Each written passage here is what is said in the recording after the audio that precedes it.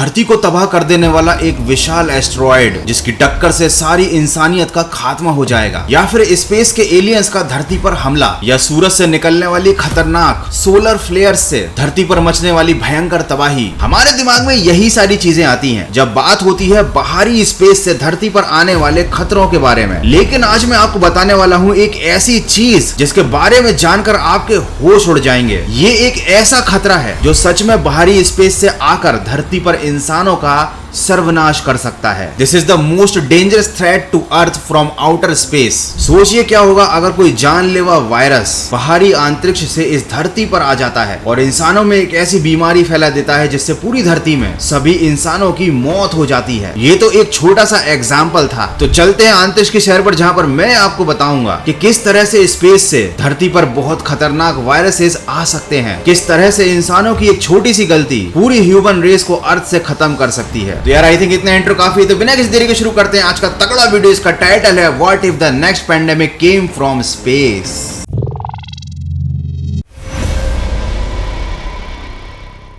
क्या आपको पता है कि नासा जब भी कोई सैटेलाइट लॉन्च करता है या इंसानों को स्पेस मिशन पर भेजता है तो वो सबसे ज्यादा किस बात का ख्याल रखता है? नासा इस बात का ध्यान रखता है कि धरती से कोई भी माइक्रो ऑर्गेनिज्म बाहरी अंतरिक्ष में उनके स्पेसशिप के द्वारा नहीं जाना चाहिए, क्योंकि ये माइक्रो ऑर्गेनिज्म भले ही धरती पर काफी ज्यादा छोटे हैं, लेकिन हो सकता है जिस ग्रह पर ये पहुंच जाएं वहां के एनवायरमेंट में ये बहुत अलग तरीके से खुद को डेवलप कर लें। जिस प्लेनेट पर नासा अपना स्पेसशिप भेज रहा है वहां पर ये माइक्रो ऑर्गेनिज्म अपनी एक दुनिया बसा लें। अब तुम बोलोगे गौरव भाई, अगर ये माइक्रो ऑर्गेनिज्म अपनी दुनिया बसा भी लेते हैं, धरती से दूसरे ग्रह पर चले भी जाते हैं, तो इससे हमें क्या खतरा है? देखो, ये जो मैंने अभी आपको प्रोसेस बताई थी जहां पर धरती से किसी भी तरीके का जीव दूसरे ग्रह पर पहुंच जाता है, इसको कहा जाता है फॉरवर्ड कंटेमिनेशन। और ये इंसानों के लिए या धरती पर जीवन के लिए उतना हानिकारक नहीं है जितना हानिकारक रिवर्स कंटेमिनेशन है। और नासा इस बात का भी पूरा ख्याल रखती है कि जिस भी प्लेनेट पर ये लोग स्पेस मिशन पर जा रहे हैं उस प्लेनेट से किसी भी तरह का एक्स्ट्रा टेरेस्ट्रियल माइक्रो ऑर्गेनिज्म बिना जानकारी के धरती पर नहीं आना चाहिए, क्योंकि अगर ऐसा नहीं किया गया, छोटी सी सावधानी ना रखने की वजह से पूरी धरती पर से मनुष्य के जीवन का सफाया हो सकता है। क्योंकि आप खुद सोचिए, इस धरती पर जीवन की शुरुआत कैसे हुई थी? माइक्रो ऑर्गेनिज्म से। ये किसी भी टेम्परेचर पर सर्वाइव कर सकते थे, चाहे कितनी ठंड हो या कितनी भी गर्मी हो। ये पानी के अंदर भी सर्वाइव कर सकते थे और पानी के बाहर भी। ये माइक्रो ऑर्गेनिज्म खुद को हर तरीके के एनवायरनमेंट में ढाल सकते थे और इसीलिए ओवर द टाइम इन्हीं लिविंग ऑर्गेनिज्म की वजह से धरती पर तरह तरह के जीव हुए।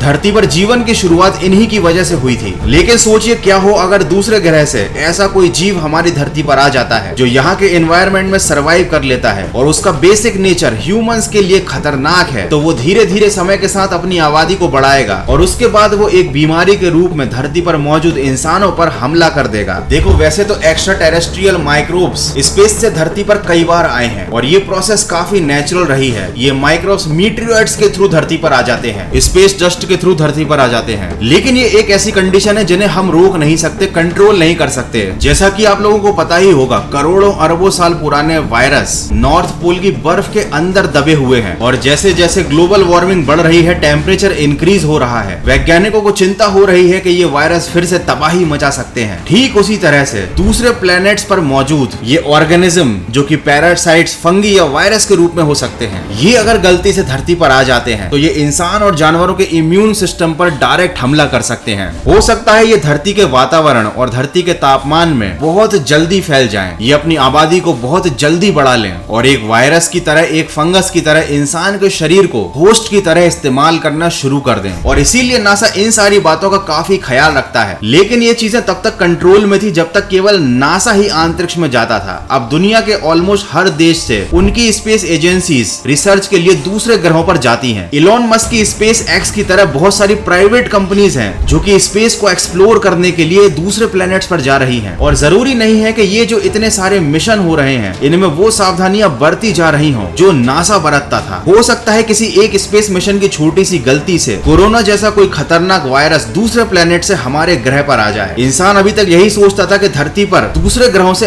एलियंस आ सकते हैं और इंसानियत के लिए खतरा साबित हो सकते हैं, लेकिन हकीकत उससे थोड़ी सी अलग है। हो सकता है एलियंस की जगह एलियन माइक्रोब्स इंसानों का इस धरती से सफाया कर दें। और इस बात का तो इतिहास गवाह है कि इंसान जंग में तो किसी से जीत सकता है, लेकिन जब इंसान का दुश्मन कोई वायरस या फंगस होता है तब इंसान के बड़े से बड़े हथियार भी उसके सामने फेल हो जाते हैं। हालांकि इस प्रॉब्लम का केवल एक छोटा सा सोल्यूशन है कि जो भी स्पेस मिशन इस धरती से दूसरे प्लेनेट पर जाता है उसको रिटर्न होते टाइम बहुत ही ज्यादा सावधानी रखनी चाहिए और स्ट्रिक्ट प्रोटोकॉल को फॉलो करना चाहिए, क्योंकि अगर एक बार गलती से रिवर्स कंटेमिनेशन की प्रोसेस स्टार्ट हो जाती है, कोई खतरनाक पैरासाइट या फिर कोई खतरनाक माइक्रो ऑर्गेनिज्म इस धरती पर दूसरे प्लेनेट से आ जाता है, तब उस मुसीबत को कंट्रोल करना इंसानों के लिए काफी ज्यादा चैलेंजिंग होगा। हालांकि धरती से जब इंसान दूसरे प्लेनेट पर जाता है किसी मिशन पर और वहां से बहुत सारे छोटे छोटे माइक्रो ऑर्गेनिज्म के सैंपल लेकर आता है, लेकिन वो कंटेमिनेटेड फॉर्म में होते हैं, उनसे इतना ज्यादा खतरा नहीं होता। खतरा हमें ऐसे जीवों से है जो हमें आंखों से तो दिखाई नहीं देते हैं, लेकिन हमारी स्पेसशिप पर चिपक कर वो धरती पर आ सकते हैं बिना हमारी नॉलेज के। और ऐसा मैं नहीं कह रहा, आप चाहें तो ऐसा इंटरनेट पर सर्च कर सकते हैं। नासा की ऑफिशियल वेबसाइट पर भी इस बारे में काफी कुछ डिटेल में दिया गया है। अगर आपको इस टॉपिक के बारे में और जानना है तो आप रिवर्स कंटेमिनेशन के बारे में और डीप में स्टडी कर सकते हैं। तो भैया ध्यान रखना, जरूरी नहीं है कि स्पेस से एलियन आकर ही तुम पर हमला करे। हो सकता है कोई वायरस जो आंखों से ना दिखता हो वो स्पेस से आकर आप पर हमला कर दे। और एलियंस का आना प्रैक्टिकली पॉसिबल हो या ना हो, लेकिन ये जो मैंने वायरस वाली बात बोली ना,